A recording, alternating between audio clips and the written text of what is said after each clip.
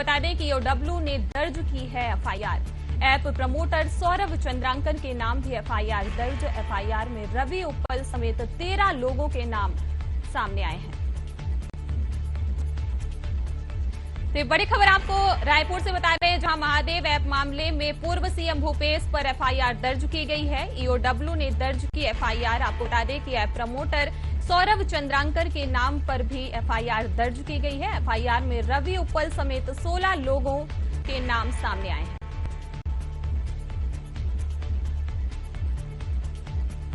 खबर पर ज्यादा जानकारी के लिए श्रीकांत यदू लाइव जुड़ गए हैं। श्रीकांत, तो पहले भी भूपेश बघेल पर यह खबरें आई थी, एक बार फिर महादेव ऐप मामले में उनके ऊपर एफआईआर दर्ज की गई है, क्या कुछ जानकारी है?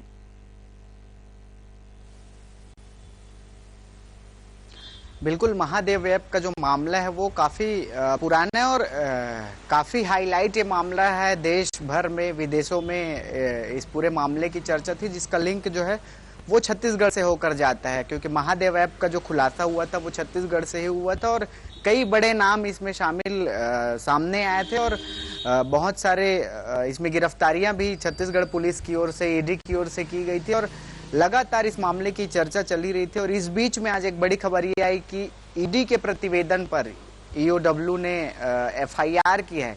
पूर्व मुख्यमंत्री भूपेश बघेल का भी उसमें नाम है। उनके अलावा 21 और लोगों का इसमें जिक्र किया गया है जिनके खिलाफ एफआईआर दर्ज की गई है, क्योंकि ईडी ने जब पूरक चालान पेश किया था कोर्ट में, तब भी पूर्व मुख्यमंत्री भूपेश बघेल का इसमें महादेव ऐप मामले में जिक्र था और ये एफआईआर जो है वो 4 मार्च को होने की जानकारी सामने आ रही है और अब इसका एक जो लेटर है, एफआईआर की कॉपी है, वो वायरल हो रही है। तो कहीं ना कहीं एक बड़ा मामला है और पूर्व मुख्यमंत्री भूपेश बघेल का इसके पहले भी महादेव ऐप को लेकर उनका नाम सामने आया था और एफआईआर की जो कॉपी वायरल हो रही है उसके हिसाब से अगर बात करें तो रवि उप्पल का नाम है इसमें जो प्रमोटर्स है। इसके अलावा शुभम सोनी, चंद्रभूषण वर्मा, असीम दास, सतीश चंद्राकर और 6वें नंबर पर पूर्व मुख्यमंत्री भूपेश बघेल का नाम है।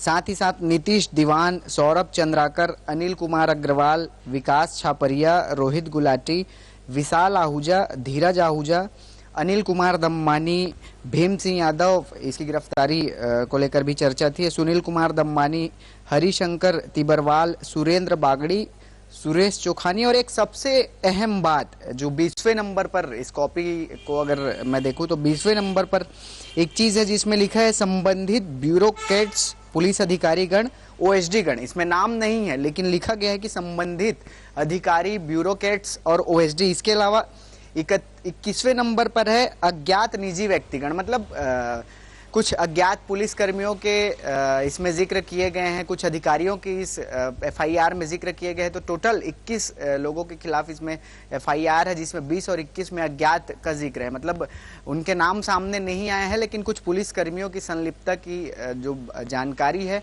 वो इसमें निकल कर सामने आ रही। उसी पर जो प्रतिवेदन है, जो ईडी ने प्रतिवेदन जब ईओडब्ल्यू को दिया, काफी ये चर्चा थी कि बहुत सारी बातों का जिक्र ईडी ने अपने प्रतिवेदन में दिया, जिसके आधार पर ही एफआईआर जो है वो दर्ज की गई है। उसमें से कुछ एक लाइन मैं आपको पढ़ के बताता हूं, जिसमें लिखा है कि महादेव बुक ऐप के प्रमोटर्स द्वारा ऑनलाइन बैटिंग ऐप के इस आपराधिक कृत्य के विरुद्ध वैधानिक कार्रवाई को रोकने के लिए विभिन्न पुलिस व प्रशासनिक अधिकारीगण तथा प्रभावशाली राजनीतिक व्यक्ति का संरक्षण प्राप्त किया गया था। मतलब इसमें भी जिक्र है कि कहीं ना कहीं कुछ पुलिस अधिकारीगण हैं, प्रशासनिक अधिकारी हैं और कुछ राजनीतिक बड़ी पहुंच वाले प्रभावशाली राजनीतिक व्यक्तियों का जो संरक्षण था वो इसमें प्राप्त किया गया है, जिसके एवज में उनको नियमित तौर पर प्रोटेक्शन मनी के रूप में भारी राशि दी जाती थी। मतलब ये प्रतिवेदन में जिक्र किया गया है और उक्त अवधि राशि की व्यवस्था वितरण हेतु हवाला ऑपरेटरों का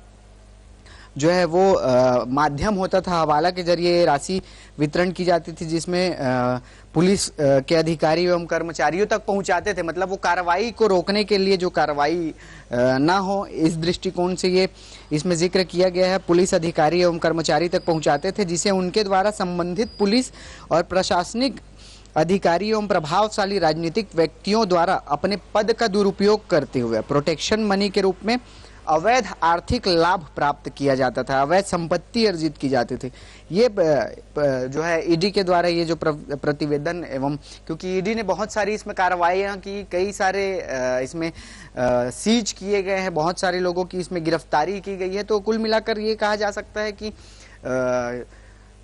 एक तरह से जो ईडी का प्रतिवेदन है, जो इस एफआईआर में जिक्र है, उसमें कहीं ना कहीं ये कहा गया है कि इसको जो महादेव ऐप है, महादेव ऐप जो सट्टा ऑनलाइन बेटिंग का ये जो ऐप चलता था, उसको फेसबुक या अन्य सोशल मीडिया के माध्यम से इसको प्रमोट किया जाता था, लोगों को जोड़ा जाता था। इसमें जब एफआईआर हुई उसके बाद बहुत सारी गिरफ्तारियां ईडी ने की है, अभी बहुत सारे लोग इसमें जेल में हैं। और अब जब ये पूरा मामला एसीबी ईओडब्ल्यू को सौंपा गया, क्योंकि पूरक चालान में भी पूर्व मुख्यमंत्री भूपेश बघेल का जिक्र था, उसके बाद अब जब प्रतिवेदन सौंपकर इस पर शिकायत ईओडब्ल्यू और एसीबी से की गई, तो उस पर ईओडब्ल्यू ने एफआईआर दर्ज की है। 21 लोगों के इसमें नाम शामिल है, जिसमें पूर्व मुख्यमंत्री भूपेश बघेल का भी नाम शामिल है। और अब इस पर जो जांच है वो की जाएगी। तो कहीं ना कहीं कई बड़े खुलासे होने की उम्मीद इस पूरे मामले में है, क्योंकि काफी चर्चित महादेव ऐप का जो मामला था वो था। जी लोकसभा चुनाव से पहले छत्तीसगढ़ के सीएम भूपेश बघेल का नाम जो सामने आ रहा है, तो कहीं ना कहीं ये चुनाव में भी असर डालेगा, क्योंकि ये राजनांदगांव से प्रत्याशी भी हैं।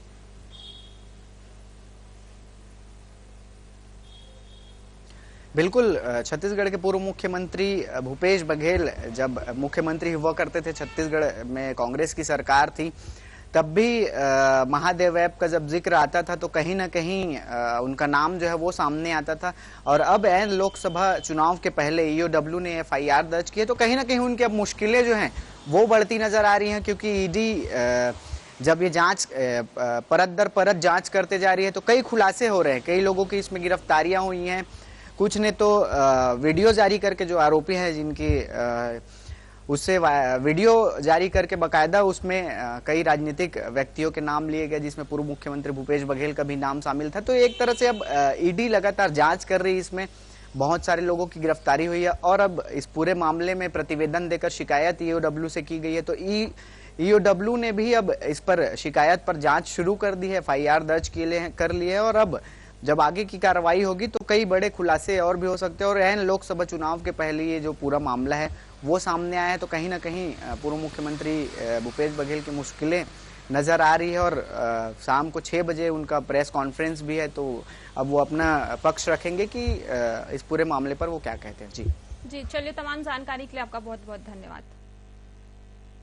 तो ये बड़ी खबर आपको रायपुर से बता रहे हैं, जहां महादेव ऐप मामले में पूर्व सीएम भूपेश पर एफआईआर दर्ज हुई है। आपको बता दें कि ईओडब्ल्यू ने दर्ज की एफआईआर, ऐप प्रमोटर सौरभ चंद्रांकन के नाम भी एफआईआर दर्ज की गई है। एफआईआर में रवि उप्पल समेत 16 लोगों के नाम सामने आए हैं।